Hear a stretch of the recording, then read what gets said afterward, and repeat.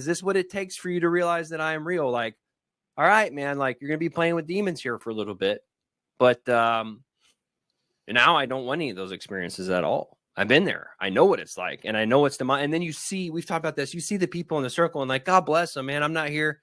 Maybe some of my new age friends and stuff hear this. And I pray glory to God. I hope he shows you the light. And I understand why you might think it's good for you now and here and all, like, but look, man, I'm done.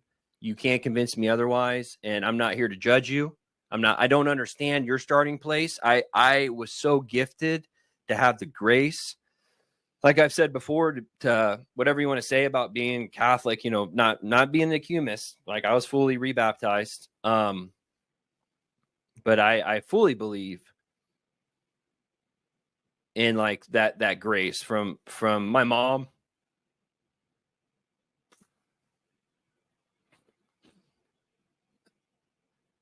And like, you know, like it hit me so hard when I learned about like monasticism, and you know, like they're out there praying for you. Yeah. And I don't know, man. Maybe that's a good place to stop because I'm like, well, I want to bring. We got our friend Mark. He's backstage. Want to bring him on. So, whoa. Mark, welcome, brother. Hey, greetings, man. Thanks for having me on, guys. Of course. So Mark, hey, what's up? We were going to, at least what my goal was, is I was going to recount my DMT experience, and then you guys, if you had comments or wanted to chime in, and then I wanted to recount my last ayahuasca experience, my last psychedelic experience, and that was actually a ceremony I went to with Michael. And so, let's give Mark a quick shout out if you guys aren't already on Instagram. Yeah, go ahead. I assume a lot of the followers are already over there on the Light of Tabor page, and if you're not on his YouTube channel, go check him out. And you just want to give a real quick introduction, yeah, go ahead, Mark. And I would, if it's all right with you, it might, if you want to give a little bit of your background coming into Orthodoxy, and then we'll DPH, you can tell your story, and then Mark's got a good psychedelic study. Okay, yeah, no, the Light of Tabor thing I kind of started up. It was something that I started. I had a kind of a new age page that I was doing before called Reaching for Light. And that was when I was deep into the psychedelics, deep into Kundalini yoga, all this kind of stuff. And I had this big ceremonial experience, which I'll get into a little bit, and ended up coming to Holy Orthodoxy. And from there, I was like, I want to take all these people that I've kind of misled, you know, knowingly or unknowingly. I want to kind of bring them on this journey with me, and kind of like, I felt like a responsibility to kind of reorient them, because I had misled them. I was playing a part in their own new age deception that they were falling into, that I had fallen into, and I was promoting. Right. And I love the Light of Tabor, the uncreated light on top of Mount Tabor, the transfiguration. I thought that was just such a beautiful icon, and yeah, right there that DPH is showing right now. I think that's from Orthodox Boomer Grandma, if I'm not mistaken. Yeah, it is. It is. Yeah. Get your icons from Union of All Icons. Yeah, shout out to her. Yeah, no, so I thought that was just really beautiful, and it just kind of spoke to my heart and my soul, and it kind of related to the light, like the reaching for light, but it was like, that was the false light. And now I had found the true light, Christ, you know, the ultimate truth with a capital T. And that's kind of how it came to fruition. And it's kind of just based on leading people out of New Age to Holy Orthodoxy. Yeah, man, yeah. I can definitely relate to that. Yeah, your page, you guys have similar. Yeah, no, it's a very similar path to David Patrick Harry, for sure, on a lower scale. Yeah. Did you want me to talk a little bit about how that New Age deception and how I got into the psychedelics, and then so I had a background I was getting into Kundalini yoga. The way I got into that, I was into martial arts, Brazilian Jiu-Jitsu, and I was big on Rickson Gracie, because my trainer was Fabio Santos, and he got his black belt from Rickson Gracie after Holes Gracie died in a hang gliding accident. So then he went on to get his black belt from Rickson Gracie. Rickson's like the only Gracie that's undefeated in Pride, never been beaten. And he got his black belt from him. Rickson was into Kundalini yoga. He had these crazy breathing exercises. And I picked up this documentary on VHS, because I'm a VHS collector, and it was called Choke. And I watched it, and he was doing these breathing exercises, this breath of fire. And it kind of, that's how I got into Kundalini yoga. I was like, that kind of inspired me. I started doing this Kundalini yoga video I found on YouTube called The Introduction to Kundalini Yoga by Sarah Klein. And I was doing this just like religiously every day. I would do my workout, I'd do my shadow boxing, my boss root and shadow boxing. Yeah, I had this like boss root and shadow boxing routine, and I still do that. It's actually awesome. It's really cool. I love boss root and shadow boxing. And I was doing these like kind of just body weight workouts, just staying fit. And then after that, I would wind down with Kundalini yoga, that introduction video. And one day, about maybe like 2 years in, maybe even a year in, it was kind of early, I had this experience where I was like meditating. I was doing this breath of fire and this, I don't remember the name of it, but you basically point your eyes up at like your third eye and your eyes are closed and you're doing this breath of fire. And I had this blue orb of energy kind of fly into my third eye. And I felt this energy kind of flow through my whole body. And it brought me to like this weird ecstasy kind of state of being. And I started like crying, tears of joy, all these things. It was a really weird experience. And then afterwards I Googled it, and it was actually a thing called a blue pearl experience. And that really tripped me out. I was like, what the heck is this? What did I just tap into? And what just happened? And it was exactly what I had experienced. And it's just so weird.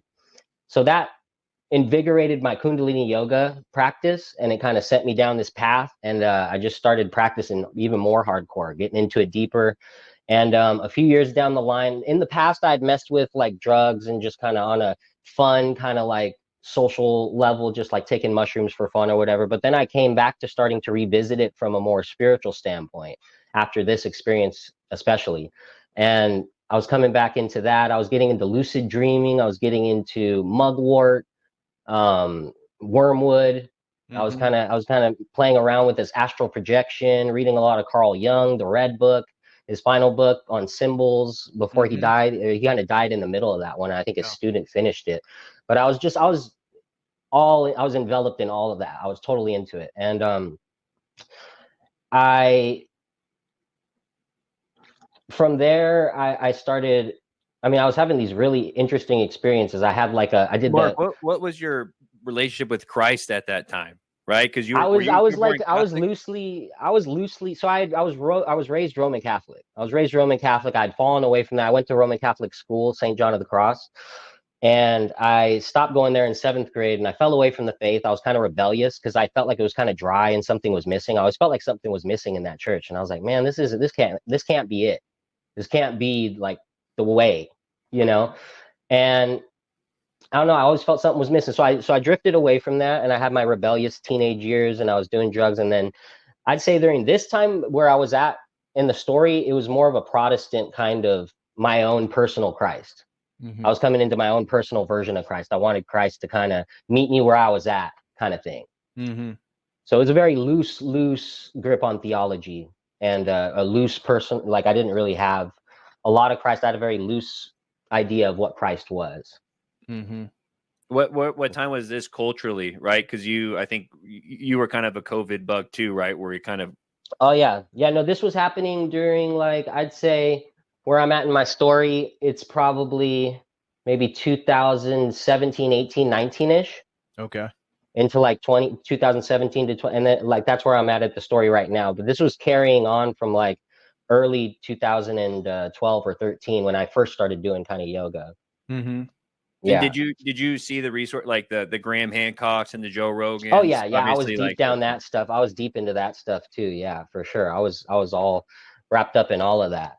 And yeah, go ahead. Yeah, I was gonna say the DMT, and I assume that's for you. I don't know about you guys. That's when I first heard the spirit molecule, right? When Joe Rogan did that, and he was a big deal. Right. Yeah. He came out of nowhere. That inspired me too. That inspired me as well in wanting to do psychedelics. And I heard all these people going down to like Peru.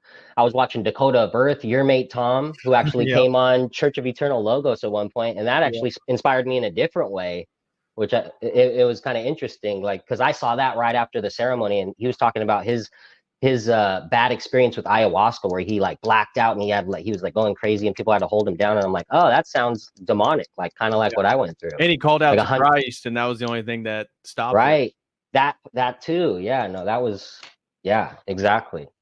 So I mean, I'm at this point in my journey. I'm like messing with lucid dreaming. I'm doing like this astral projection and stuff, and I'm just looking for a way to tap in deeper. I had like a heroic dose experience where I thought I was visited by a deceased friend of mine. I'm pretty sure that was a demon now, as I'm Orthodox, 100%. And you know, I'm just having these experiences, and they were positive. Everything was positive at this point. It's just leading me deeper down that road of deception. You know, it's like, yeah, I'm having these good experiences. People tell me all the time, like, yeah, I've messed with psychedelics and I do this and this and I have all these positive experiences. I'm like, yeah, you know, I mean, just wait. You know, Right. it's like it's really a matter of time. It's like you can slowly move in that direction. You can quickly move in that direction with microdosing or macrodosing, whatever dose you kind of want to do, but you're still moving in the same direction. And it's I haven't seen anybody really genuinely, in my opinion, benefit from it, because I was doing it. So I ended up getting into contact with this group of veterans. It was these veterans, and it was like I'm not gonna say their name or anything of the organization, but they were doing psychedelics like microdosing and taking nature walks to kind of like battle PTSD, things of that nature. And so I started taking these nature walks with them. We started doing this, and from there I came into contact with this this group. It was like a church out on native land, and it was like led by an Indian and some other Indians, and it was called a Wamkish ceremony, and it was like real high dose, like 15-gram ceremony. So me and my wife, we kind of like get prepared. Who don't know, the heroic dose is 5 grams, right? Yeah.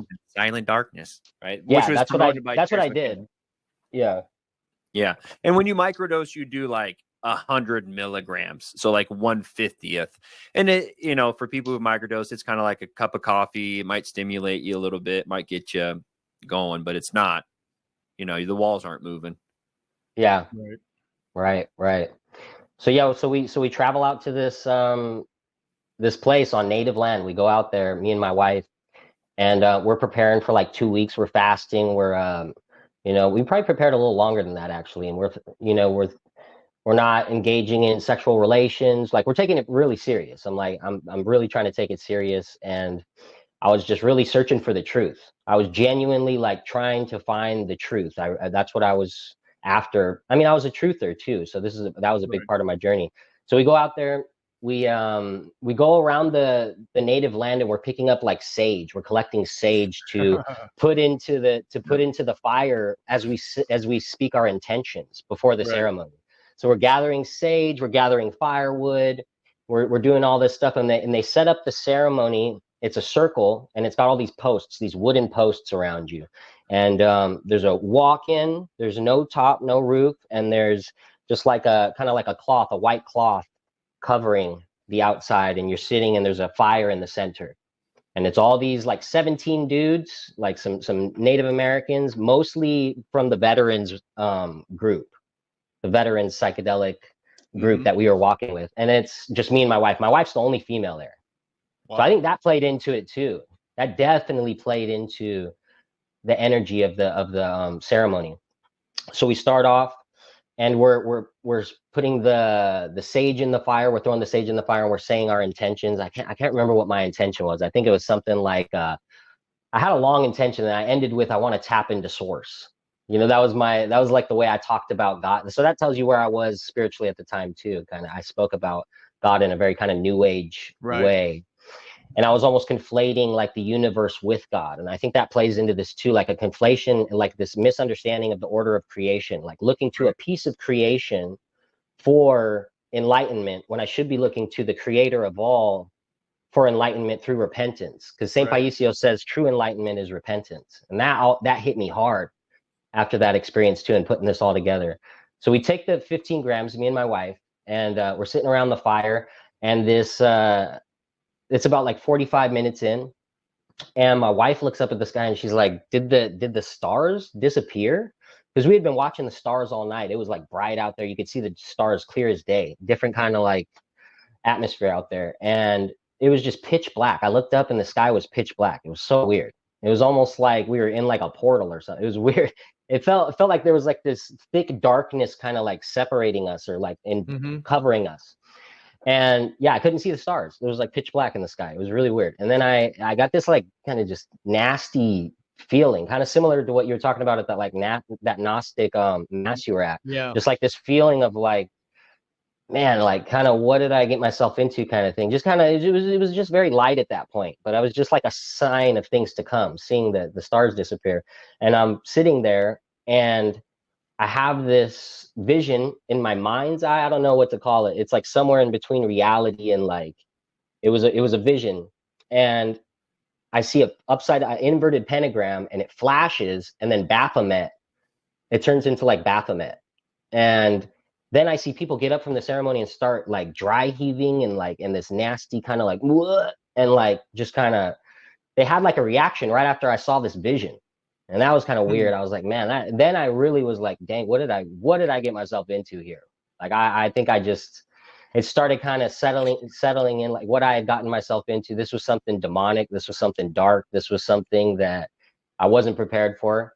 And what was your worldview at the time? Because, you know, like if you have an experience like that and yeah, DPH, you can probably like when you're in a circle, like when I was in Peru, they're like, oh no, this is just part of the experience. Like you had Baphomet, right. like no, Baphomet is the light bringer. Or they'll talk about, oh, that just comes from your own inner darkness that you haven't dealt with. That's just you, bro. Like you just didn't transmute the energy. You didn't properly prepare. Right. You didn't transmute the energy right. You didn't fast enough. You didn't take it serious. You didn't respect the mushroom.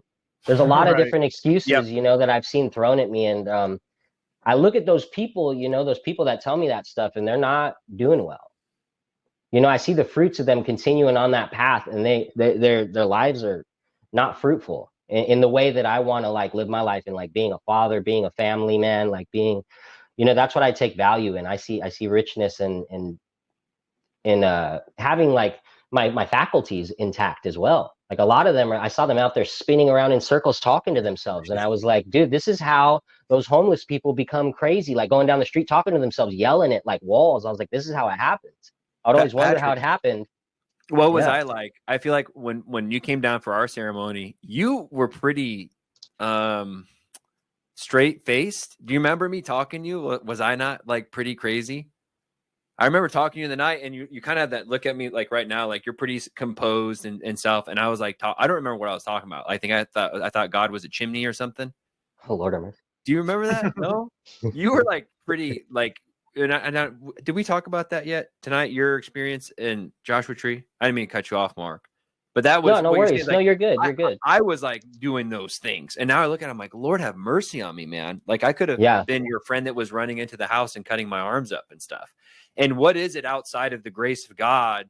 And that's why I was like kind of teared up about my mom's prayers, the saints' prayers. Like when we're praying for these people who are in the new age and whatever, and like you see them, like, dude, I'm telling you, after one of my experiences, it's like I could see like all the prayers of the world were stored up, and like I got rained in them, like cleansed me, like it was the prayers of other people that I feel like really, you know, really saved me. So yeah, and I honestly feel like it was the prayers of my mother that pulled me through that ceremony. I really do. I really do feel like it was my mother she was a devout Roman Catholic. Now she's converted to Holy Orthodoxy. She was baptized with me and my family. Yeah, so glory to God for that. So that's a beautiful thing. I'm super happy for her. And yeah, I really do feel like it was her prayers that kind of pulled me through, because from there, these people get up, they start throwing up, they're purging, they're having this nasty kind of like dark energy come out. It was just interesting. And there was this older gentleman who was walking around the fire kind of like Golem, like in a gremlin like kind of stance, and he was like making these weird kind of possessed noises. It was very like, I was just seeing like this demonic nature kind of manifest itself through different aspects of the ceremony. And then like from there, my wife, she had a vision in the fire. She saw a alligator head coming out of the fire with the mouth open. And I was like, okay, I didn't think much of it at the time, but this led to something else that I saw symbolically in Orthodoxy after. And so we go back in the house, the ceremony ends. It's like hours later, the ceremony ends. We go back into the house. My wife's having a rough time. She's having a rough time, and we're trying to navigate our way to the room. We had a room in the house because we were the only couple there. A lot of the other men were sleeping in tents outside. And we try to get in there. It's hitting my wife really hard at this time. And she has a vision where she sees herself on top of a mountain, and she sees me as Joseph, her as Mary, and my son is Christ. And I was, Oh Lord my have mercy. gosh. Yeah. So I heard that, and it kind of snapped me out of everything. And I was like, oh no, that's blasphemy. And I was like, something's really off here. I was like, we got to get the heck out of here.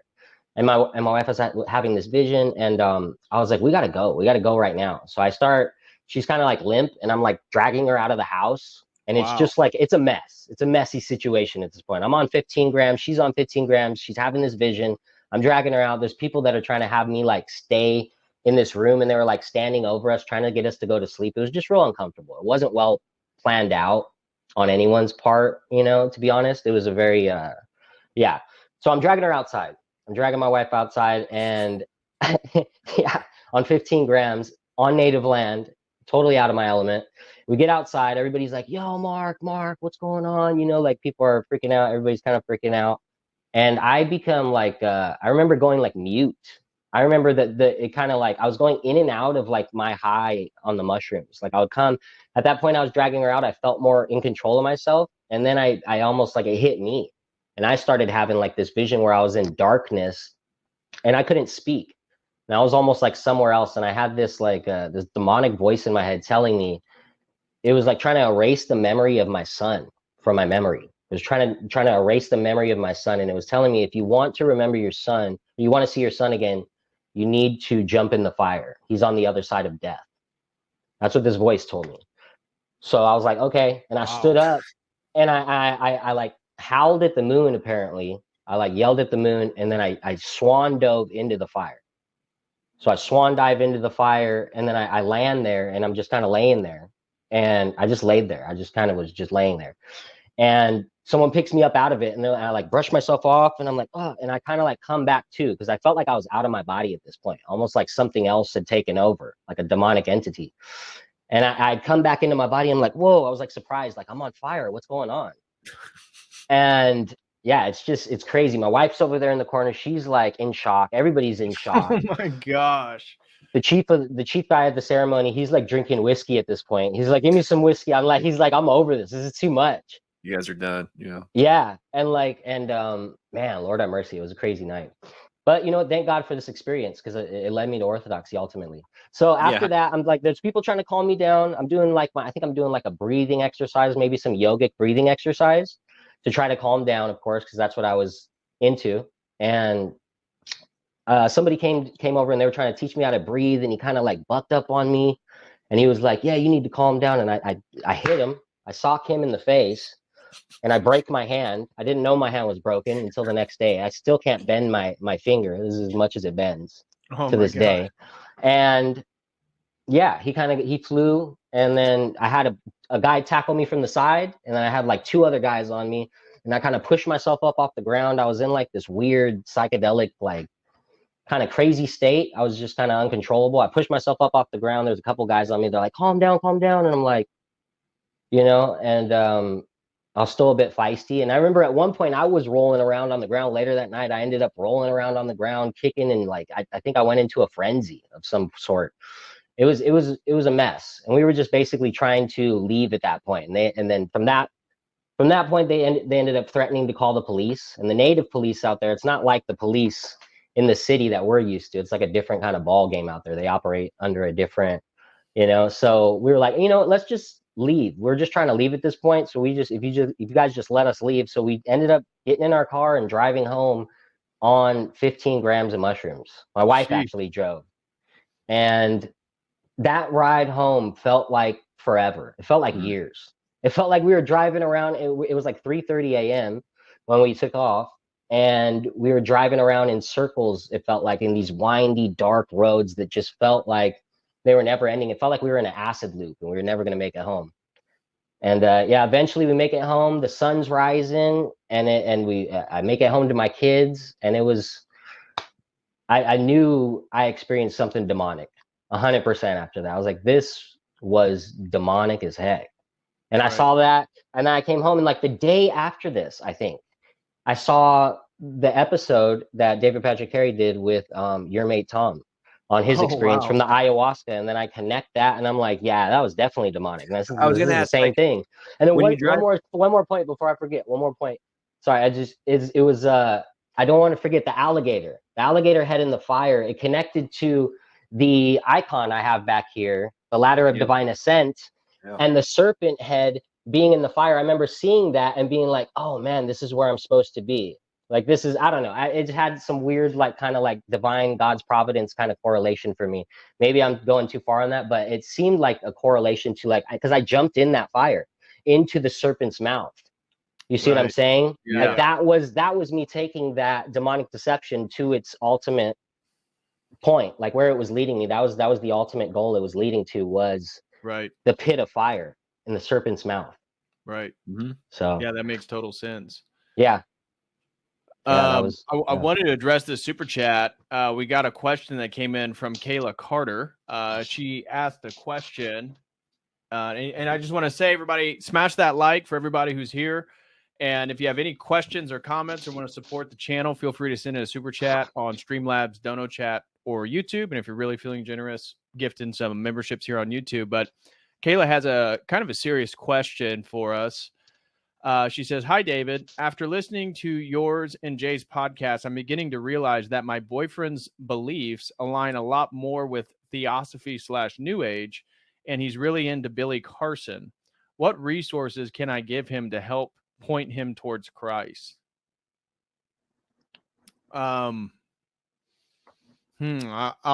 ask for maybe your guys' help if you have some insights. Mark, maybe you have. Well, I mean, this channel right here sounds like probably one of the best places to be for insight on those kind of topics, for sure.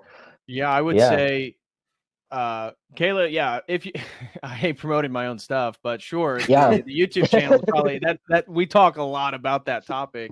In regards to books, there's not a whole lot in Orthodoxy that's talking about psychedelics and New Age. The first thing that comes to mind is Father Seraphim Rose's Orthodoxy and the Religion of the Future. Yeah. So, Kayla, if you've thought about it, or if you can, I would, if you want a book to potentially give him or read yourself and maybe give him, you can check out Orthodoxy and the Religion of the Future. He does get into New Age and Eastern mysticism in there, as well as aliens and other beliefs of the contemporary period that lead people astray. It's hard to say if your boyfriend is into Theosophy and New Age, how to go about doing Christian apologetics to somebody. It depends on where they're at and what I mean, I'll just give a general advice, and you guys can chime in with whatever insights you want to share. Is the goal, in my experience, when talking to people that are outside where you're at and you're trying to bring them closer to you, is to find out the points of bridges that you can build to connect their worldview and the things that they already believe in or find interesting with your own. And so I've done multiple streams on New Age spirituality that maybe you could listen to those and hear ways in which panpsychism or sacred geometry and fractal mathematics, that type of stuff, can be reinterpreted as pointing towards Christ, as opposed to collective consciousness or your whatever it may be. So you could check out those and find where maybe points that your boyfriend believes in, and you can try to connect those dots. But in regards to a book or something to help him, the only thing that I can think of is Orthodoxy and the Religion of the Future. Yeah, actually, I went straight to Orthodoxy and the Kingdom of Satan. I mean, it's kind of rewritten. Father Spirit and Bailey kind of rewrites the same thing. It's a little more modern. Obviously, I love Father Seraphim. You and I were just talking about nihilism, right? Yeah. And, I mean, to me, I think if you can we talked about that first chapter, when you come to Orthodoxy from a very heady standpoint, at least coming from the West, I think the deconstruction of philosophy is helpful, like being like absolute truth, relativism, and like you need to throw all that garbage out. Like you don't understand how your belief system is based on nothing, and that's kind of why I want to tell, I'm happy to tell my story. Like I lived out kind of that reincarnation, Buddhist enlightenment stuff in a psychedelic experience, and it's complete garbage. You wouldn't even want it if you could have it. I mean, it's the same thing we were talking about earlier with magic. Like, look, you're too dumb to try and force your will on the universe. Your ultimate way of navigating this space is submitting to Christ and being in aligned with his will. You're going to have the best ride ultimately. Right.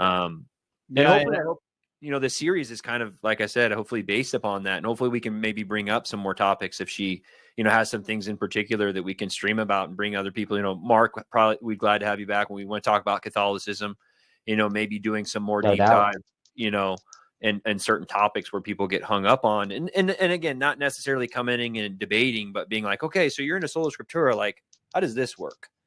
And it's not even, like I said, I'm not trying to hammer you and tell you how you're dumb or what. I'm like, look, we need to peel back your belief system and show you're going to end up over here. You get over here, not a good time. Like Mark, Mark, you had honest intentions. You're like, okay, cool. I'm just trying to, this Blue Pearl experience, I'm trying to get closer to source. Yeah.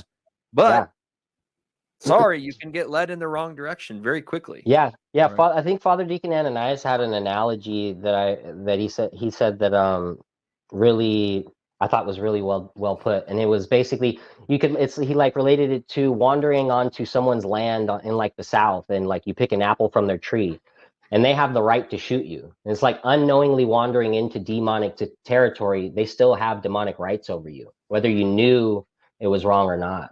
It still has the same kind of consequences.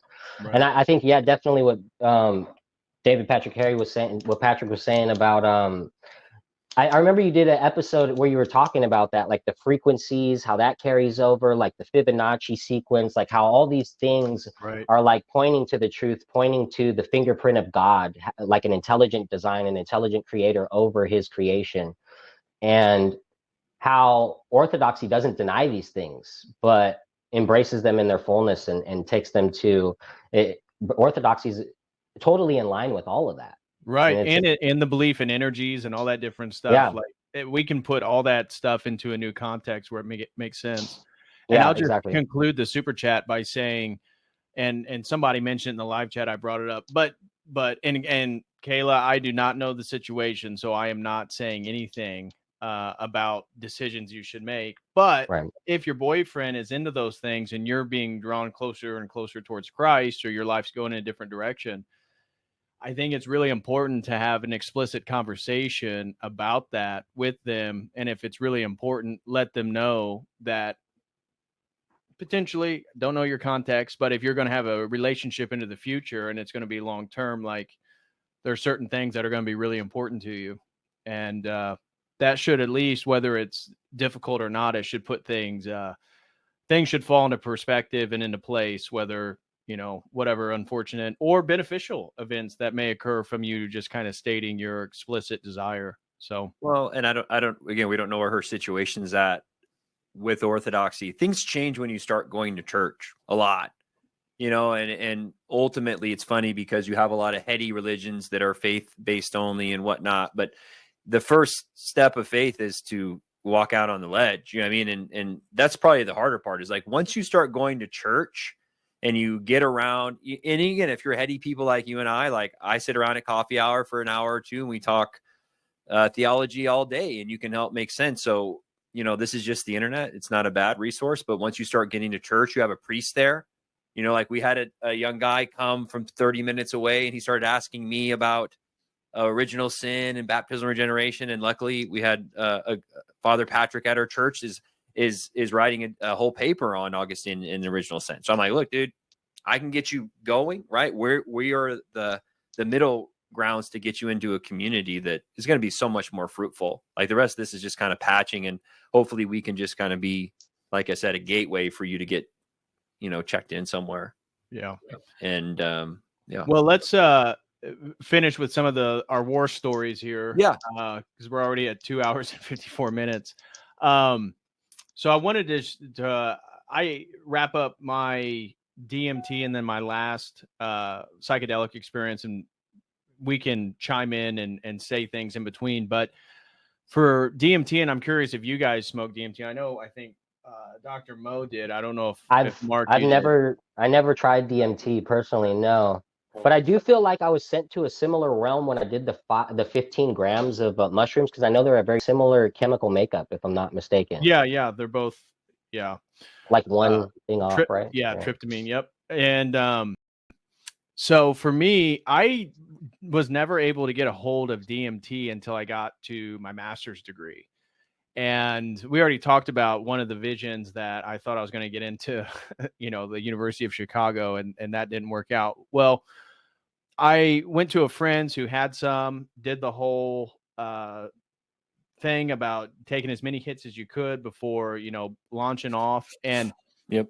I'll state from the beginning that maybe it's just I'm a genetic anomaly. There's like less than 5% of people where DMT doesn't fully work. They don't have the same experience. And this may relate to the two stories that I have. So I took as many hits of DMT as I could out of a bong, and the color started to come on. I laid back on a couch. I never felt like I broke through. That's a common metaphor that people feel like they break through. It did feel like a transition. And I've described this in a video for members. My experience was, it was like a 50s diner, and the wall was like a spinning galaxy. And I had come through that spinning galaxy, you know, kind of what NASA portrays as the Milky Way. Who knows the validity of all that stuff. But, and I'm in like this 50s diner, and people are dressed, you know, in like 50s traditional clothes with you know, with hats and business suits and all that. And it's kind of like the motif of the time traveler. So I don't know if you guys were into the, what is it? The Imaginary Foundation. It was like a website that had all types of art. And I'm not familiar with it. Their stuff. Yeah, I had their t-shirts.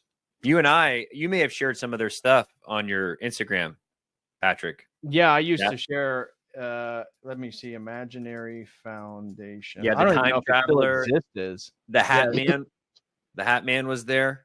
Yeah, right. The colors. It was like DMT. It was like the guy did DMT and like made those t-shirts. They're cool. I liked them at the time. Yeah. So like this is their website, and it's like a very pro science, psychedelic site. So they have a lot of like astronaut stuff, but like this type of stuff. This is the motif of the time traveler. This guy that has a briefcase and a top hat and like that sort of early 20th century aesthetic. Is that supposed to be like a famous DMT entity? Not necessarily. It's just it's an art motif. When I was in psychedelics, you could look up art motifs of the time traveler. The Hat Man, all types of stuff. Or the Hat Man is a popular archetype. You know, we didn't talk about the Greys. I feel like I ran into the praying mantis people when I was in Peru. Like there are certain patterns. And it's so hard to like, do we, you know, even like in your circumstance, Patrick, did you already know about the archetype? And then when you did DMT, it is what projected. So, you know, that's kind of like a Jungian, you know, there's a double idea. It's like, is it a subconscious pattern that becomes projected? Right. And actually, that was one of the things that Jung hit that really struck me. He had this line, and Peterson talked about it a lot, like that. You know, what is the cosmos? It's the land. It's where things are out in front of you. It's where the gods exist. It's the constellations. They are these things that are bigger and further away from you that you cannot conceptualize. And what happens when we took them out of the sky? Did they go away? No, they're still inside, and they're trying to figure out ways. So when ancient man, from a pagan perspective, was doing these rituals, they're like acknowledging them and having a way to scapegoat their ways about, and they're actually somewhat conscious of them. Where modern man, we're all possessed by them and don't even know it. Like we talked about Aphrodites or Aries, you're possessed by angers. You know, there are people who would argue that ancient people were conscious. Like, oh yeah, I got possessed by Aries and I punched the dude in the face and broke my hand. Where when we say, oh, I was demonic, like when we say that, it's so like inflammatory and scary. I was possessed. Like, no, I didn't have control over myself and I punched the guy. You know what I mean? No, like, it felt like I didn't make the decision to punch him. I don't know if it was like a natural, like protective reaction, but I remember I was so out of it, I couldn't see his face. I couldn't even see his face, you know? So it was like, it was interesting. And I don't remember deciding to jump in the fire at all. I don't remember even, because I was surprised when I came back into my body, came back into consciousness. I was surprised to be on fire. Right. So yeah. So, and I had, like you mentioned, like the interior voice, both you guys kind of mentioned ulterior voices within your head. Yeah. That had happened a couple times to me, and it felt like it was an outside entity, but it wasn't anything too traumatic or devastating that like altered my worldview or changed I knew that there was risks and that sometimes you had a bad trip or sometimes, something negative would emerge.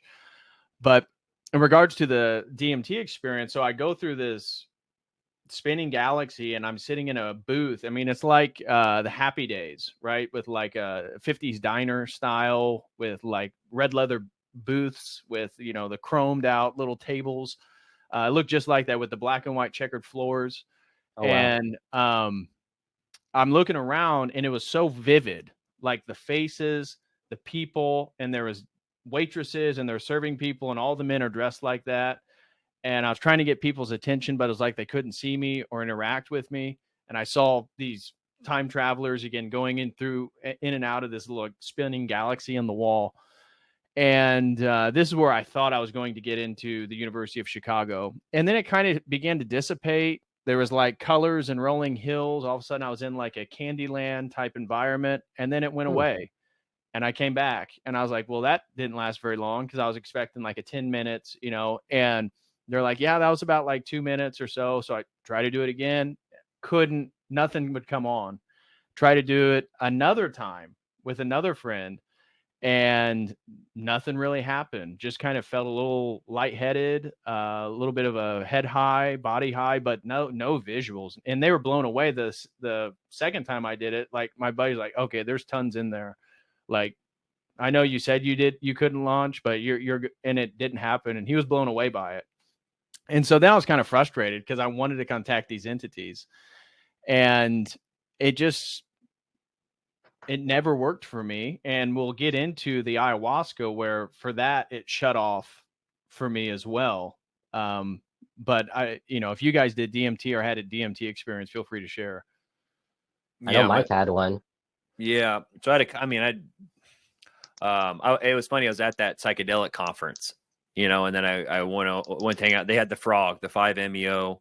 I think it's Bufo Moringo. It's the Colorado bullfrog. Yeah. It secretes it, and obviously you have to smoke it. And I had a similar experience to you that everyone there blasted off. I just went dark for a minute or two. I didn't really have much of an experience with it. I think one of the big issues with that is being able to inhale. Like it's like smoking plastic. I don't know what yours like. If you have the actual green stuff, it's like smoking plastic. Because you have to sit and you have to hold it. And as soon as you cough is usually when you kind of come out of it a little bit. So when I did the 5-MeO frog, I didn't have anything happen. And then another time, actually 2 other times I had the actual green stuff.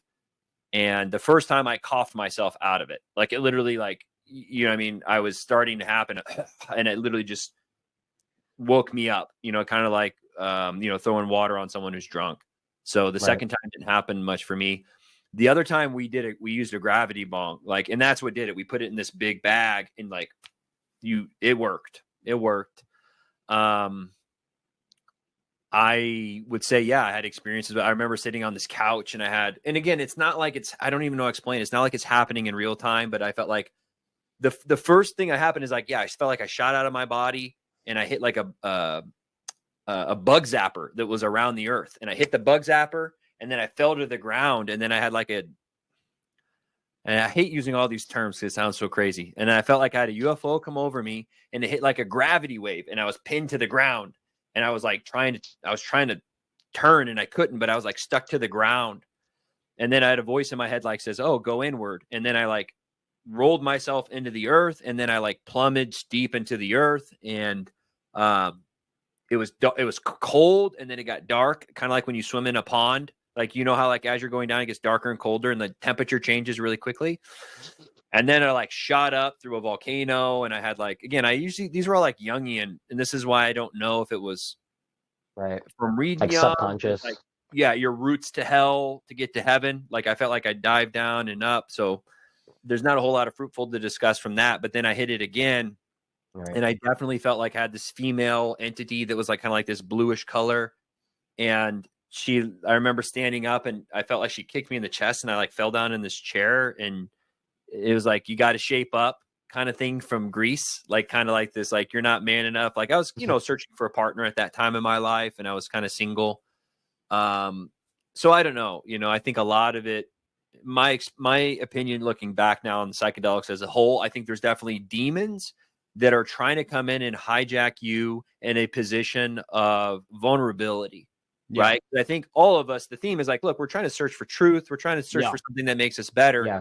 And like Mark, I think I was earnestly searching for truth. And I think that's what led me out of it, is because I didn't stop that search. Exactly. I totally found it. Yeah. Ahead, Michael, I didn't want to cut you off. Just hitting on then they can come in and hijack. It's like Pinocchio, like this fox comes like, oh, you're going to be a movie star. Like dude, I remember thinking at one point I was so delusional that I'm like, man, we need like, after listening to Terrence McCarran, I'm like, we need the Michael Jordan of psychedelics. We need a guy that can take like 100 grams and go into the noetic realm and come back with the secrets of the universe. Like that's what we need. That's what's gonna. I remember I was following this one gentleman online. He was like an African guy, and he was taking like 40 grams of mushrooms or something. They were doing like these crazy high dose. It was nuts. Yeah, I mean, Graham Hancock's book, and again, this is what I'm saying. A lot of this, and kind of the point of the stream is like there are bridges to be had in this, especially if you're atheist. For me, it was a bridge. Being atheistic, agnostic, not believing in the spiritual realm. Like, look, I'm pretty sure there's a spiritual realm. I don't have it all figured out, and I'm obviously trying to humble myself at this point and taking what the Orthodox Church has to say, because I know I've went in there, I got my ass kicked. I had that before too on one of my other psychedelic trips. I felt like I was blasted into the corner of the universe, and I went into a saloon, and it was the same thing. There's like all these demons, and again, I didn't think about them as demons at the time, but it was just kind of, for lack of word, entities that were sitting at a table, and they're like stealing, like playing stud, and they're like, we don't take too nicely. You're kind of around here, boy. You lost? You one of them earthlings or whatever? And I'm like, well, I'm here to hang out. And they're like, you can't be around here. And I basically just got beat up, and they threw me out of the saloon, and I had a terrible, like, anxiety-driven trip the rest of the time.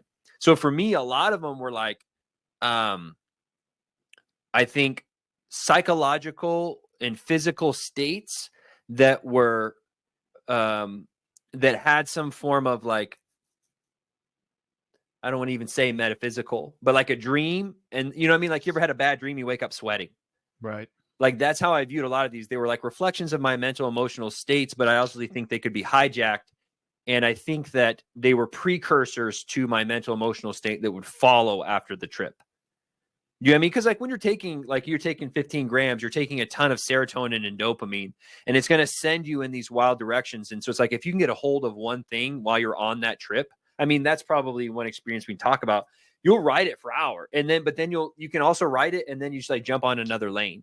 Like, you'll be thinking about love, or you'll be thinking about consciousness or memory, and then and then all of a sudden, you're like, oh, now I'm over here. Now I'm over here. And I don't know about you, that was me. I had total ADHD. It was like a focus ADHD. Does that make sense? Like, you get caught, you know what I mean? And then you're like, oh, I remember this relationship. I should have done this different. And oh, wow, I remember going to Disneyland. Disneyland's cool because of this. And it kind of, and I don't know about you, but if you try and fight it, that was, I think, what ultimately led me to my bad experiences, when you start to realize this is not what I want to be focusing on. And they tell you that, like, just let go. Right? Yeah, I remember that. I remember that experience, which is the exact opposite of orthodoxy. Right. Yeah, I remember them telling me, like, get rid of any former beliefs you have of God or a creator or any spirituality. Before you come into the ceremony, you have to get rid of that. And I was like, yeah, I think I'm going to keep Christ, like, in my heart a little bit, Yeah, you said that. And it felt like there was like a battle over my heart. Felt like it ultimately felt like a battle over my soul, over my heart, between like the demonic, the evil one, and Christ ultimately. And it was when I remember coming back, I saw that David Patrick Harry episode with your mate Tom, and then I remember reading the Bible, just going back to the Bible and just reading like the beginning of Genesis and just the tree of knowledge of good and evil, and just being like, this is what I did. Like, I was looking to this piece of creation for forbidden knowledge. Right. You know what I'm saying? And I was going against. That's why the Gnostics venerate Eve.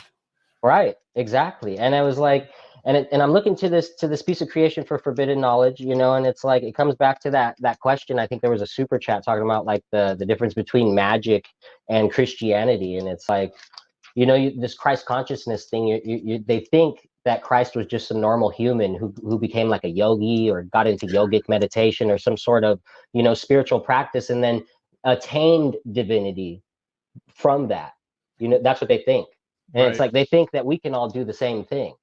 And it's Luciferian ultimately. And it's and it's not the way that it actually works. It leads you into demonic deception. It leads you into pre-list. It leads you into the ultimate deception, which is pride, which every other sin flows from there. Once you accept these kind of deceptions at their root, it's just a bunch. It opens you up to multiple other deceptions from there. And it's like, I think it just comes down to one of the main points for me was just kind of reorienting myself in accordance to the order of creation, with the creator, Christ as God at the helm, and creation underneath that, and understanding everything in its proper place. And my place in that as a piece of creation. Right. We had a super chat come in by Lucas Gage, throws in $10. Thank you very much, brother. Really appreciate that. He said, did DMT once saw two Hindu gods. Shiva destroyed my body. Ganesha showed a golden triangle replicating to make the universe. When asked to see God, I saw a room of infinite eyes. Later learned Alex Gray painted what I saw. Love the Tao Te Ching, Alan Watts, Stoicism. My issue with the Trinity, if God is infinite, the Trinity limits him to three persons in one, when an infinite God would be all persons in one. No? Thanks, guys. No. So that actually doesn't logically follow. And in fact, only so that you have to find, the ontological category of God, first of all. And so we would say the Trinity is the only one that is actually true plurality, because it's full divine personhood, three persons. I mean, even when you start getting into Hindu gods and their, million so deities, they do not claim to be the full incarnation of God and fully human, in hypostatic union of two natures. So the claim of the ontology of the deity is different. And we argue the Trinity is that there's three persons, one divine essence, and three is the first number of plurality. So any number beyond three is actually just redundant. And so that's why the Trinity and the triangle, you talk about Ganesha showing you a triangle of the universe. Why is the triangle the structure of the universe? Why is the triangle the strongest shape in nature, or the strongest shape that we can create? And it has to do with, I would argue, the foundation of the Holy Trinity as God. So I would disagree that the Trinity limits God. Monotheism, the question is, there has to be an ultimate monotheistic transcendent creator. The question is then which creator? And then if you choose a deity like Allah, you could say, well, if God is God and he can do everything, can he be plurality? Can he be multiple? And we would say, well, the Trinity it's both unity and plurality in one. So we would argue that it's a more complete and coherent concept of the Godhead than a single monotheistic deity and of a nature of Allah. Now, we believe we are monotheistic because it's one divine nature. We only worship one God, but it's three persons. So that would be my response, but I appreciate the $10 super chat. Thank you very much, Lucas Gage, and God bless you and yours.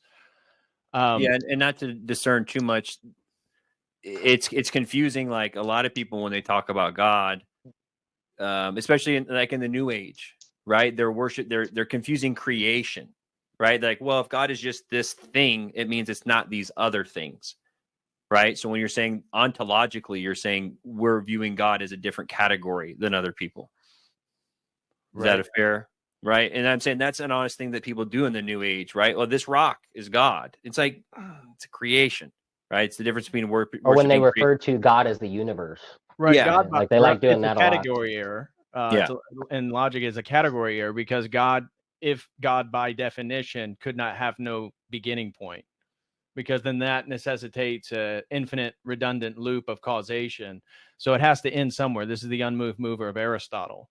So, okay, now there's a single unmoved mover. Now the question is which God? And so you can conceive it as a universal consciousness, panpsychism, monotheism, a deist God that creates something but doesn't interact with it. It sets it in motion like a clock.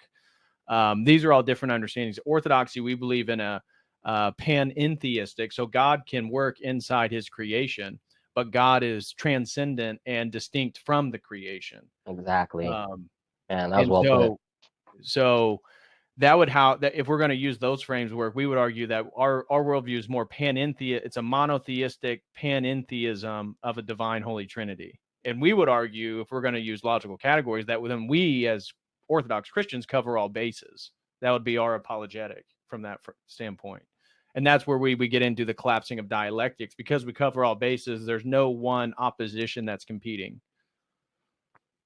Yeah, and that's the tough, and you see that really kind of in the New Age. And I don't know, I guess maybe I didn't go down enough pagan rabbit holes, but there always seems like there's, you say like, okay, this God is in charge, but then, there's the ice giants behind that. And then there's the creation behind that. And then there's an end. Like you're saying, there's an infinite loop. There's no way to have a starting point. Right. In most pagans. And, right? and the out in contemporary New Age or even psychedelic spirituality, because when you look at the ancient Greeks, they didn't posit that the universe had a beginning or an end. So like somebody like Plato or even the Stoicism, they would have never posited that the universe had a beginning point. It was an eternal cyclical cycle.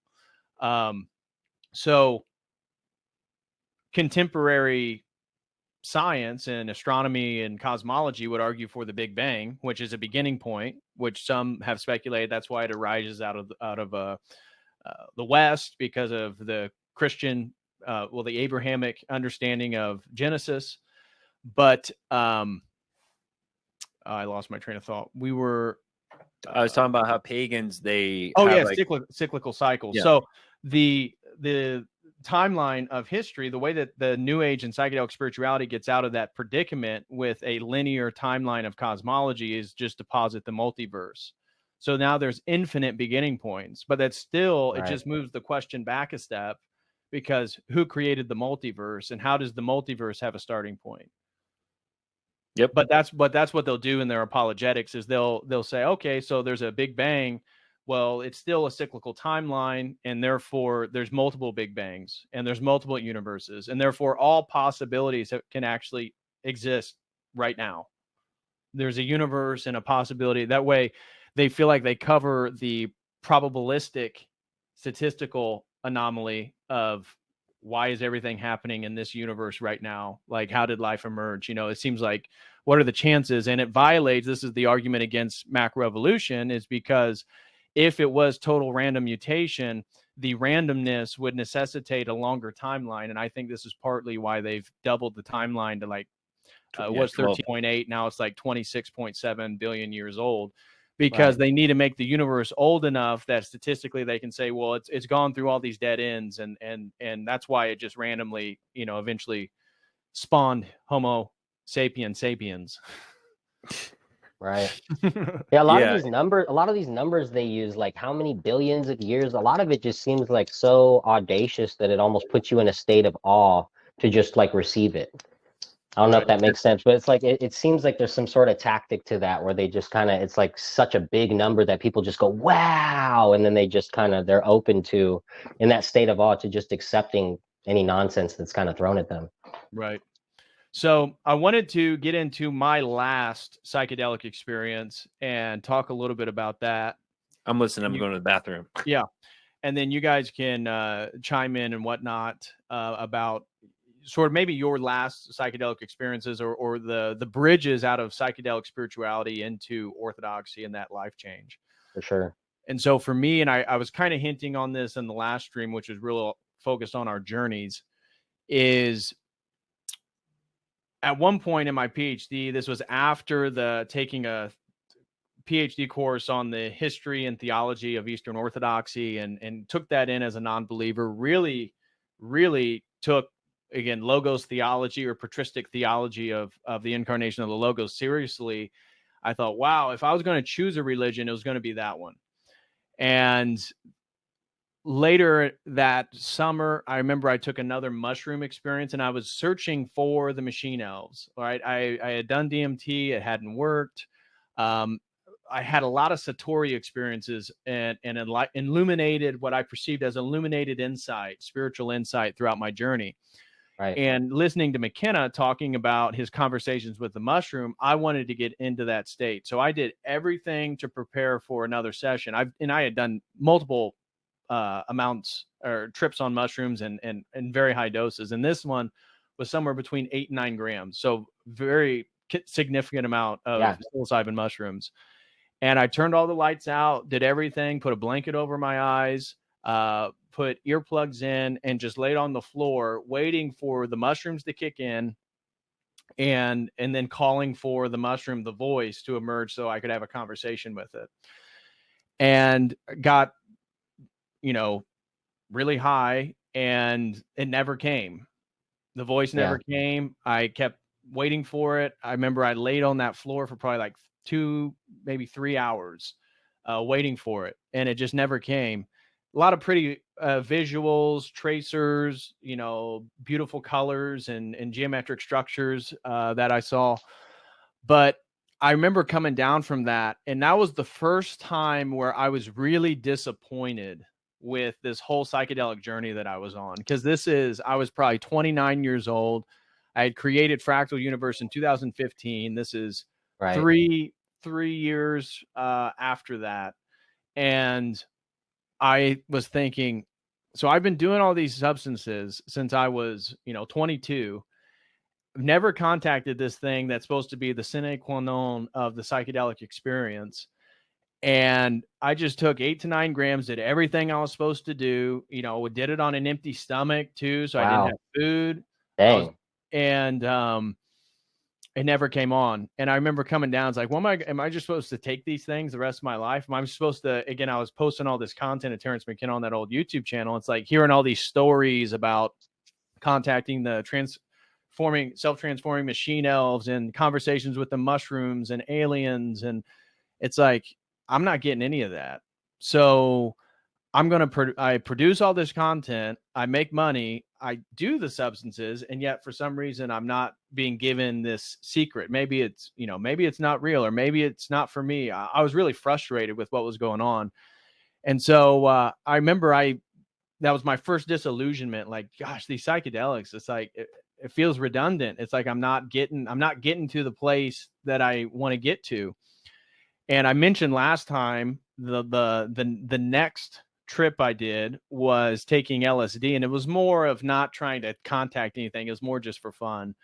And that's when I had the illuminating insight that all these presuppositions, because my worldview was falling apart, because at this point we're going into the fall semester in 2018. And because of the course on orthodoxy, I saw that my worldview, when looking on how you justify things, and then that summer I saw a few Jay Dyer videos on like justification and all this other stuff, and I'm like, man, I don't think my worldview can really hold up. And that's when I took LSD, and then everything like cymatics and sacred geometry and fractal mathematics, Fibonacci, the power of language and speaking the word and truth, all these things then connected, but regarding everything I had learned 6 months earlier regarding orthodoxy.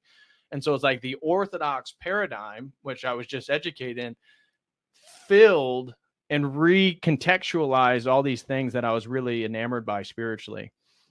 And so then it was like, okay, now it's like, I was kind of, again, not really into the psychedelics. And I was like, got the message. I remember that night was the first night I began to pray before I went to bed.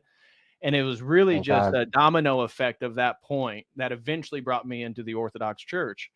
But that semester, I had taken a course on neuroscience in person, and like mind and brain. And John Searle, the great analytic philosopher who was outed at Berkeley, was one of the guest lecturers for the course. And he was fired as a tenured professor for asking a woman out on a date, and that was considered sexual harassment. And this is 2018, so Trump's president, everything that we already see now is underway. And it's like, oh my gosh, so if he can get fired, and how he's having to give guest lectures for like the religious students because he can't work at the UCB, well, anybody can be fired. And that really like shook this dream of being a professor with my briefcase, telling my students when my office hours are, and, writing books and articles and giving lectures. And at the same time, I was totally falling out of love with my YouTube channel that was promoting psychedelics, which was my only source of income outside student loans and a scholarship I received. So I saw my world kind of falling apart, broke up with the girlfriend that I had at the time because I was getting more interested in Orthodoxy, and she was Ukrainian. She was culturally Orthodox. She went on Pascha and Christmas, but she thought it was weird that I was getting so serious about like Orthodoxy. Even though I was not Orthodox, I began attending services totally as an outsider, wasn't a catechumen. You could characterize my spirituality at that point as like a Protestant who liked Orthodox theology. Right. And I basically was just taking Orthodox theology, incorporating it into like a Protestant reading of scripture. So it's like, this is my Christianity. Right. And I kind of had a lot of questions about my life. So after that fall semester, now we're getting into the spring semester, a lot of serious questions about my life. Didn't know what exactly I was going to do. And then I was talking with Michael, and he's like, "Hey man, I know a shaman, and there's an ayahuasca ceremony out in Joshua Tree. Do you want to go?" And I was like, man, I was kind of not really into the whole psychedelic stuff, but I was like, I'd like to do that. I want to do that. I need some answers for my life and what I'm going to do. And so I actually still have the little notebook from that first night. So this so that ceremony, we were supposed to bring a notebook to write down our intentions and like our trips and reflect on it. And this is what I wrote before my session. And this was like the thing that was on my heart. It is my intention to figure out how/what I'm supposed to do with my purpose. How do I make a living? Which direction should I move in? Lord, I just ask to be guided tonight so I can better see what it is I'm supposed to do with my life. I want to work. I want to build my career. I want to have a good life, and I want to have a family in your glory. Thank you for all my blessings. And so that's what I wrote down at the ceremony before. It's like you have like an hour or so, everybody's now getting there, and you relax and get into comfortable clothes and write your intentions and meditate before the ceremony starts. And that's what I wrote down. And I was there because I didn't see a future as being a university professor. I'm in this PhD program. I don't like the YouTube channel I have. I want to do something different. My whole life is kind of moving in a different direction than that which everything was geared towards. And I went into the session, took the ayahuasca. Michael was there. He was over on the right side. I was between two women. They take the ayahuasca. It's not hitting me fully yet. So I'm feeling it coming on. I look over, one woman on one side begins crawling on the ground like she's a leopard and making leopard noises. I don't know if Michael remembers that or not. Yeah, dude, there's so many. I don't mean to. That's like par for the course. Like someone's gonna make. You know what I mean? Like Which one was this? I don't remember. Yeah. Was so she's the one that walking around like an elephant, and like making like cat noises, like she's like a leopard, and talking about a goddess figure she's seeing. And meanwhile, I just took it and I'm not feeling anything. The girl next to me starts bawling her eyes out. And it has to do with this trauma of like, I think she was molested as a child because her parents got divorced and her mother had a bunch of boyfriends. Oof. And she hated her mom because of, I think, the molestation of one of her boyfriends. Oh, man. And I'm like, oh my God, this is all on their first cup. No, man. So then the shaman's like, okay, hour later, who's ready for a second cup? I'm like, me. Right. So I take another one, and I took a third one. I took 3 cups both nights I went. Because you seem to have a higher tolerance. I do. Generally speaking in life, I just, even when I was into the weed smoking every day, it's like I just always had a high tolerance for substances and inebriation. And so I took it, and what happened for me was eventually I'm laying there on the sleeping bag. The visuals start to come on, sacred geometrical structures, all this Orthodox theology about logos. And it just like is a full realization in my heart that Jesus Christ was a historical person that everything really happened, and it's the only, glory to God, and it's the Yeah. only thing that makes sense in regards to a divine judgment of the human person, because God fully became a man, which is not the claim of any other religion to that extent. So Yep. that was the first realization. The second one was that my privilege, and it kind of ties in with what Michael was talking about, the prayers, that my privilege was not because I was a white heterosexual male, but because my parents and their parents and their parents were moral people. Yeah. And whether they had faulty Protestant worldviews and theology or whatnot, Mm-hmm.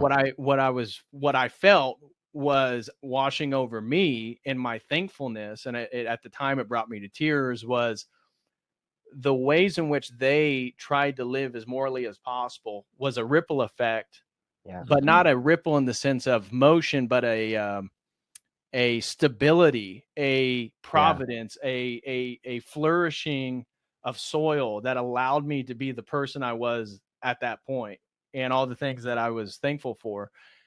And then the next one was, it was time for me to be a builder and not a consumer. Actually, I just posted a YouTube short titled that. Yeah. And that was my psychedelic realization, that Christ was a carpenter and Christ built things. And that is the role, that was the next role of my life, is to stop consuming drugs, consuming McKenna's ideas and Alan Watts's ideas and all these other people's ideas, and then regurgitating them or amalgamating them all together to have, this is my worldview, these are my thoughts. And really it's just, I'm taking other people's thoughts and recasting them as my own.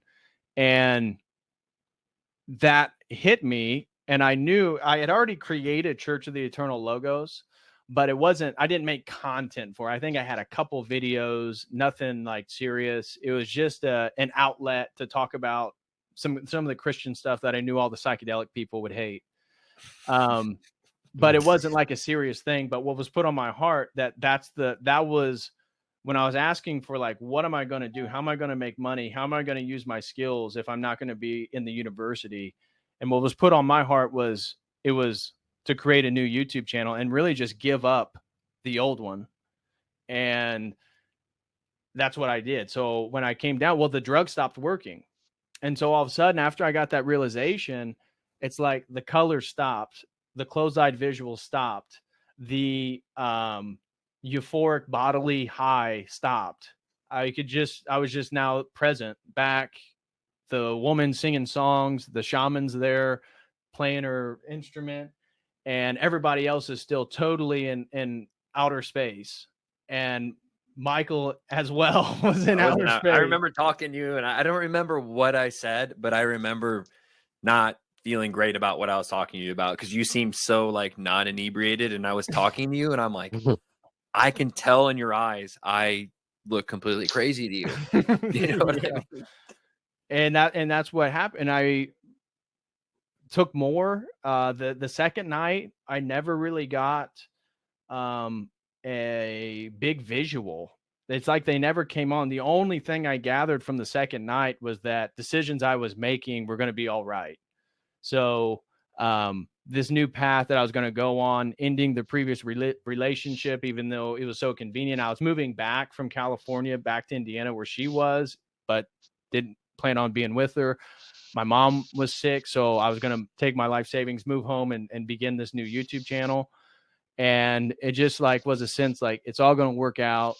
Don't need to worry about it. But I didn't. It's like the drugs didn't fully work. So that was my experience. I had like a euphoric ayahuasca experience for what it felt for was about 20 minutes. And I had these downloads, and then it shut off and it never came back. And that was kind of my sign that that stage of my life was over.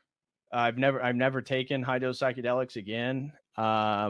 Never, I mentioned with your mate Tom, it was like, yeah, there's points where on a, beautiful summer evening when the breeze is right and the perfect sky, and you're like, oh man, tripping on acid right now with that sunset would look amazing. But I really have no desire for psychedelics. And therefore, this YouTube channel is really my journey from that point. So if you go back to the oldest videos, is from me having those realizations and now trying to, like Mark said, explain myself of why I left all that stuff and I'm doing this new thing. And I remember Michael, when I told him that I was going to just stop posting on my old YouTube channel, he was like, well, if you're going to do that, then sell it or do something. Like, you have almost, at that point, I had almost 100,000 subs.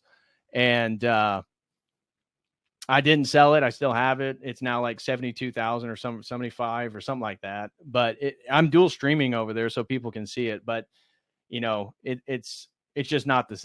And I've hit all the Terrence McKenna, all the psychedelic stuff, but that's been my journey. So this YouTube channel has been my attempt to express myself to anybody who listens of why I believe what I believe now, as opposed to so much. So a lot of the early stuff was me taking a topic that I believed in and then repackaging it as how I understand it now as Orthodox. And that was probably the first full year of this YouTube channel, was just doing that.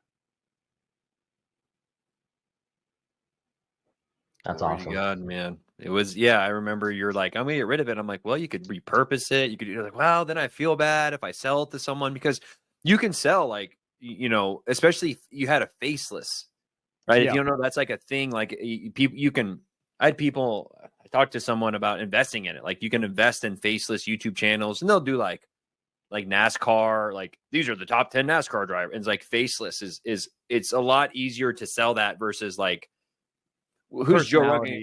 Yeah.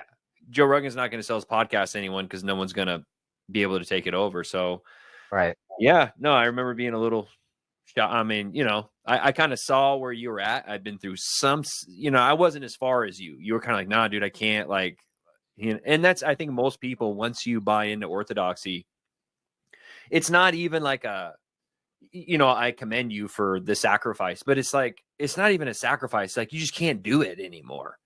You know what I mean? It's kind of like, well, I gave up psychedelics. Like, no, I don't even want to do them. Right. Yeah, I mean, there's a difference between, and I think that's one of the big shifts when you're Orthodox. Like, the point isn't to not sin. The point is to, like, not want to sin. You know what I mean? The point is to become more holy. And then that's not who I am anymore. Not right. To saying that I still won't be tempted. And I've done a lot of things in my past that definitely predispose me to falling in the same way. But my mindset from now, between 10 years ago, like what sin is, being like a mark on my, like a check mark, versus like, no, I did that. I know, like, if I fall into that sin, I get super scared, because my psychedelic experiences has shown that to me. I'm like, I'm not in control. Like, that's the scariest thing. I think people, when you're coming Orthodox, you eventually are going to realize you're not in control. Like, you're really, really, really not. Like, I was just Book of Job. Like, doesn't matter how holy you are, you know. And again, the whole works versus faith, you know, like, we have the, you know, with the combination, it's both and, but you can still realize it doesn't matter how holy you are. And then God uses all things for good. Right. So, like, I think back about me being on that floor. Oh no, like, I'm trapped in this form of nihilism forever, but God pulled me out. And if I get too far away from God, I am terrified to fall back. And I remember what it was like to be in that headspace, and Lord, you know, please forever save me from that. But I'm also dumb and stupid, and I've still done things where I've still gotten too close. You know what I mean? I've still fallen in sin. Right. And then again, the difference between, like, okay, get up and repent. Like, don't do it again. You know, that's the major shift, in my opinion. And especially with, you know, if there's something that good comes from this talk, is showing you, like, you know, I don't think any of us are overly crazy people, but I've seen, you know, quote unquote, like your medical school friend, he had no idea, right? Here you go, bud. And, like, gone. Like, he could have been gone forever. I was afraid he was going to be. Yeah. I thought I ruined his brain. Yeah. But, and once he came down, just for those that remember the story I was mentioning earlier, he told me that he had, like, some schizophrenic episodes at other points in his life. So he was, which I didn't know, was kind of predisposed to, when he got inebriated. I mean, he went into another dimension. Right.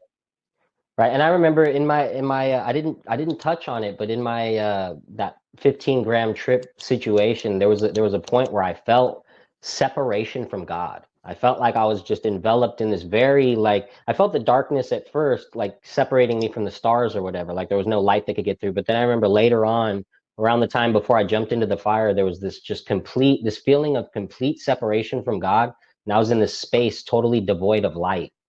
And I would just never, looking back on that and moving forward and finding orthodoxy, finding like Christ as the truth, as like with a cap, really, and really taking that into my heart. I would never want to do anything that could give demons rights over me again. I would never want to do anything that could even take a chance. If there's even a small chance of giving demonic rights away in any sort of way, I don't want to engage with that. I have no interest in engaging in anything like that anymore. But it's crazy too, because whether it's greed or lust or anger, like the demons are good, man. Like, you know, I can sit here and say this all day, like, and it's so funny because I'm so terrified. And then I need, like, when we say, like, Judas, I will not, you know, I not betray thee with the kid. I feel it all the time. Like I'm betraying Christ. Right. You know what I mean? And I'm like, dude, I'm like, God, you gotta help me, man. Cause I'm dumb and I'm stupid and I'm going to betray. And the hardest part is that, like, not falling in remorse is the idea that, like, I know I'm going to sin again. I just got to make sure that I get back and repent. And it's just not a head thing. You know what I mean? Like, there's so many things in life, and we have this in medicine. When you have someone, like, let's just say they're dealing with weight loss, you just go to the gym, eat healthy, sleep. It's like, but for some reason, it doesn't really work that way. Right. I mean, number one, I'd say it's small steps, and there is where you get the idea. The first step is faith. Like, if you have faith in the doctor, and the doctor says you're going to die in 3 months, like, you need to work out, right? And ultimately, I think the demons have done, right? They've done such a good job of getting us possessed with the worldly things, not being like, you could die tomorrow. Where's your soul at right now? They have smoke and mirrors. It's easier to, like, I don't know, put it off versus when it's like straight in your face. And for me, the psychedelic experience is definitely like threw it in my face. And it's like, dude, you have no idea what you're playing with. And Lord have mercy on me. And, you know, mother. And again, I think I kind of told you about the saints. Definitely when I kind of came back, and we'll do later episodes about Protestantism and Catholicism. Because one thing I'd really like to dive into is like the pagan differences between venerating the saints and the general idea, you know, most holy Theotokos, save us. And they're real. They exist. They intercede for us. Like, I don't have a doubt at all. The demons are real. You know, it's like you'll say, okay, the demons are real. Yeah. There's Baphomet, there's Baal, there's they're there, right? Most people be like, I've been possessed by them. It's like, well, you think there's nothing on the good side? Exactly. Like, and it's like, yeah, obviously they're through Christ, right? That's why they are who they are ultimately. And they intercede for us in this life and in every life. And Patrick, when you were talking about like your family and the grace that you got from them, and these quotes just hit you so hard that Saint Seraphim, like, acquire the Holy Spirit, thousands around you would be saved. Right. Like there's nothing more true than that. Like, when I started coming in Orthodoxy and I look at what the saints say, I'm like, and it's just said so perfectly compared to some kind of new age wooey ways of saying it. It's like, no, that makes sense. Like, your parents saved, like, my parents saved me for sure. Like, and you want to talk about intercession. It's like that. What is that then? Like, was my mom prayers? They didn't save me. The Theotokos prayers didn't save that. What is that? You know, what am I doing here? I'm trying to be a vessel to spread the gospel to people. Is that not intercession? Right. So we can probably say that for another time. I know we're running. We got a couple of super chats. Just want to address those real quick. Major thank you to Todd Fox for becoming a Codal Crew member. God bless you, brother. Thanks for the support. Mad Social Scientist throws in $5. Thank you for that. He said, psychedelics ended my atheism. True. Glory to God. A heart attack / near-death experience took me back to Christ. I saw more than a physical brain can hold. The toll houses are real. I feel you on that. Yeah. So thank you so much, Mad Scientist. Really appreciate that. Glory to God that you're back with Christ. And then we had one over on the Dono chat.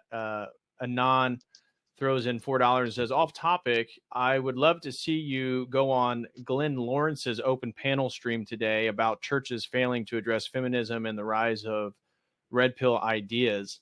If you have time, I think you have a great insight on the topic. Cheers, DPH. Well, thank you very much, Anon Super Chatter. And Lucas Gage throws in another $5. Thank you very much, Lucas. He said, I like panentheism. I think everything's in God's mind. Creation is a dream.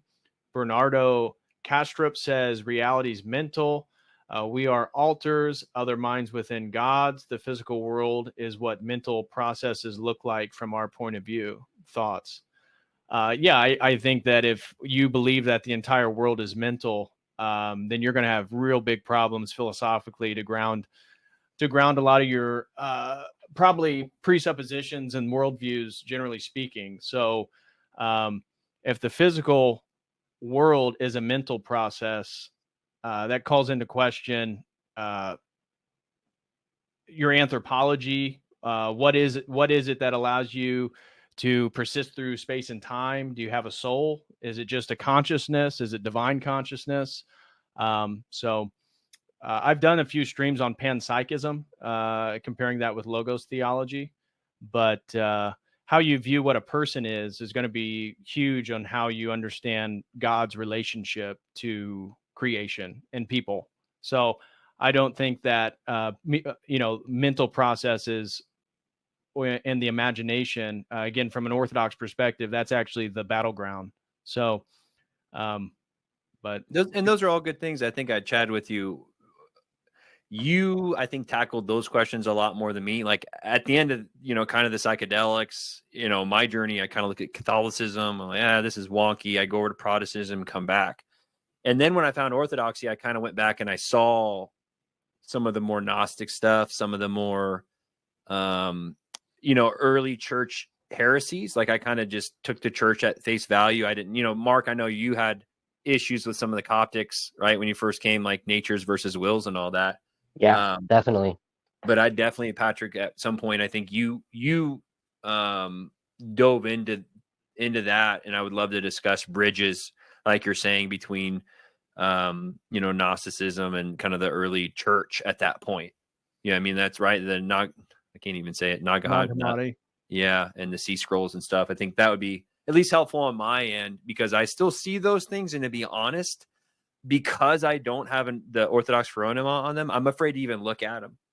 Because, I can be like, oh, whoa, the Gospel of Thomas, holy cow, he went to India. No.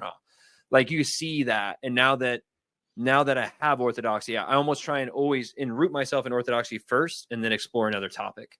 Yeah. Because Patrick, we talked about this last time. People are like, oh, Patrick, this is just another phase. You found another, way of life. It's like, no, like I literally look at everything else now from this worldview, because it's the only way you can make sense of all these things. Yeah. Right. I mean, like after, like the way Patrick talks about it, like the Orthodoxy, like Christ is at the bottom of every rabbit hole. I mean, but all of us, from hearing from your guys' experiences, I've been down just about every other path you can go down. I mean, there's not many options left. Like if Orthodoxy isn't the truth, like, and I know it is, like there's no other way. It's either Orthodoxy or death, Right. Like literally. We're getting ready to approach 4 hours. Do you guys have concluding remarks or anything you want to share before we wrap this up? No, FDA's in the chat. I gave a big shout out to Joseph. If you guys, maybe we get Joseph and Mark back on. Joseph has a big background in the Catholic Church. Okay. So Luigi stopped by for a little bit. Shout out to him. He's been doing some debates over right when he just on the Crucible against we got to pray for our that redeemed Zoomer debate, right? Yeah, I think that was the night before the first episode of this. Yeah. We'll see if we can't get redeemed on the Ortho. That's what we're supposed to be doing, right? Right. And we hope that those are fruitful. So I don't know, maybe we'll get do another stream here too. I don't know if you want to do next week. I still would like to talk about like I said, kind of Gnosticism and going into the more the mushroom stuff from a literature logical point of view for people who are caught up in those worldviews, and especially like maybe we get into Mud Flood and the people that the Tartarian stuff, huh? Well, and there's just so there's so many people now that are stuck in, they can't trust any history. Okay, so now what? And then you go back and then you want to rewrite, well, they had this wrong, or well, this apostle was wrong, well, this book was written wrong, and talking about maybe the Bible and some of the translation issues and ancient texts in coordination to how we view it today. Sure. But Patrick's kind of running the show. I'm just throwing out ideas and trying not to be too dumb. So. Right. Mark, we appreciate you joining. Anything you want to share with the people, concluding comments? Feel free to shout out any of your stuff you want to share with everyone. Yeah, no, I think I pretty much got out all the main ideas, just basically honing in on the proper order of creation and just that conflation that tends to happen that I see so prevalent in the new age, and just kind of realizing that once I put it in its proper order, like everything just kind of fell into place in terms of coming into orthodoxy too, and just finding the demons. I had to find the demons, and I found that they were real. They were definitely real. And you know what I mean? And so what's on the other side of that? You know what I mean? Like, are we just going to believe in demons and then there's nothing on the other side of that? There's no angels. There's no, you know what I'm saying? So it just doesn't, to me, I found the demons and immediately I knew the other side was more justified than I ever knew. I kind of knew in the past. I had already had some experiences, but I think sometimes in our life we need reminders. And if I'm going to give any shout out, I just did a pretty cool little podcast, Light of Tabor podcast, episode 7, with my buddy Mano Elia. And he's a cradle Greek Orthodox. He was born into a Greek Orthodox family, ended up falling away into Hermeticism. And we kind of detail his journey. He comes on and details his journey, falling into Hermeticism, New Age deception, and then navigating his way back to Holy Orthodoxy. So it's a really good talk, probably my best episode yet. One of the best ones for sure. And what, the Science of Stuff? Yeah, he hosts the Science of Stuff podcast. The Study of Stuff. The Study of Stuff podcast is yeah, that's the one he hosts. Awesome podcast too. And he had on I think he's had on a bunch of people. He had on Father Turbo, he had on Father John Valadez. So a lot of good episodes over there as well. So definitely check him out on the Study of Stuff.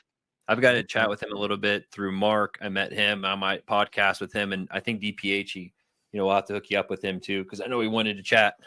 Everyone wants to chat with DPH, man.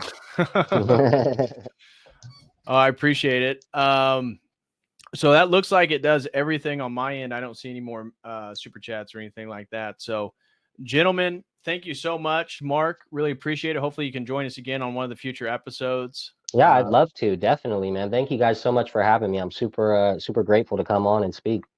Of course. Well, we appreciate having you. And Dr. Mo, we will tentatively be back next Saturday unless something pops up, but we still have a few more installments of this series. So hope to see you guys in the future episodes. I got one more request. Let's see. What's that? This mention came to the same parish, Doctor. I have a baptism today. So if you can all please pray for James. We have a baptism this afternoon. So excellent. Well, most definitely. God for that. Glory to God. What was I getting ready to say? I lost my train of thought. I had a quick thought, but it must not have been that important. I'll be back Monday or Tuesday, potentially with Father Moses. We'll be talking about some of his recent videos on neoteny, failure to mature for men and women. We don't have a day or time set. I need to text him back, but he's too busy lifting like 10 million pounds. Yeah, right.